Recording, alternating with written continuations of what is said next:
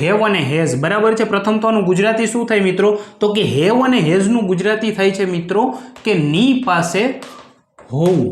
શું થાય છે મિત્રો આનું ગુજરાતી ની પાસે હોવું। ટૂંકમાં કોઈની પાસે કંઈક હોવું બરાબર છે। કોઈની પાસે કંઈક હોવું એટલે કે કોઈના પાસે કંઈક વસ્તુ છે બરાબર એવો ભાવ બતાવે છે અથવા તો બરાબર છે માલિકી બતાવે છે બરાબર। તમારે ટૂંકમાં હેવ અને હેઝનું ગુજરાતી શું થાય મિત્રો તો કે પાસે હોવું। આટલી વસ્તુ યાદ રાખવાની છે બરાબર છે। એક બીજી વસ્તુ કે બરાબર છે જો હી શી અને ઈટ હોય બરાબર છે તો એની સાથે હેઝ લાગે છે બરાબર છે મિત્રો। આ ખાસ યાદ રાખજો કે હી શી અને ઈટ સાથે હેઝ લાગે છે જ્યારે આઈ વી યુ અને ધેય બરાબર છે આની સાથે મિત્રો હેવ લાગે છે। ક્લિયર છે મિત્રો। હી સી ઈટ સાથે has, I we you they સાથે હેવ બરાબર છે મિત્રો। જેમ કે અહીં જોવો જોઈએ મારી પાસે એક નાનું ઘર છે। મારી એટલે કોની તો કે મારી એટલે કે આઈ બરાબર છે મિત્રો।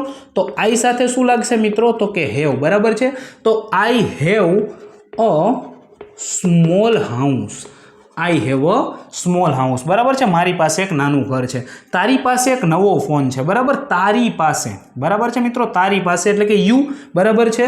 તો એનું ઇંગ્લિશ કેવી રીતે થાય મિત્રો તો કે you have a new phone. You have a new phone. તારી પાસે એક નવો ફોન છે બરાબર છે મિત્રો। હવે હું એમ કહું મિત્રો કે મારી પાસે બુક નથી તો I don't have a book એવું કહેવાય બરાબર છે મિત્રો। એ અલગ કોન્સેપ્ટ છે હું તમને સમજાવીશ પરંતુ અત્યારે માત્ર તમે આના વિશે જુઓ।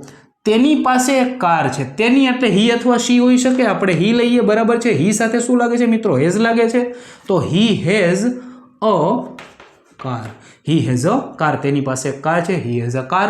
મિત્તલ પાસે એક બુક છે બરાબર છે। તો મિત્તલ માટે તમે ડાયરેક્ટ મિત્તલ પણ લખી શકો છો અથવા શી પણ લખી શકો છો। તો મિત્તલ હેઝ અ બુક।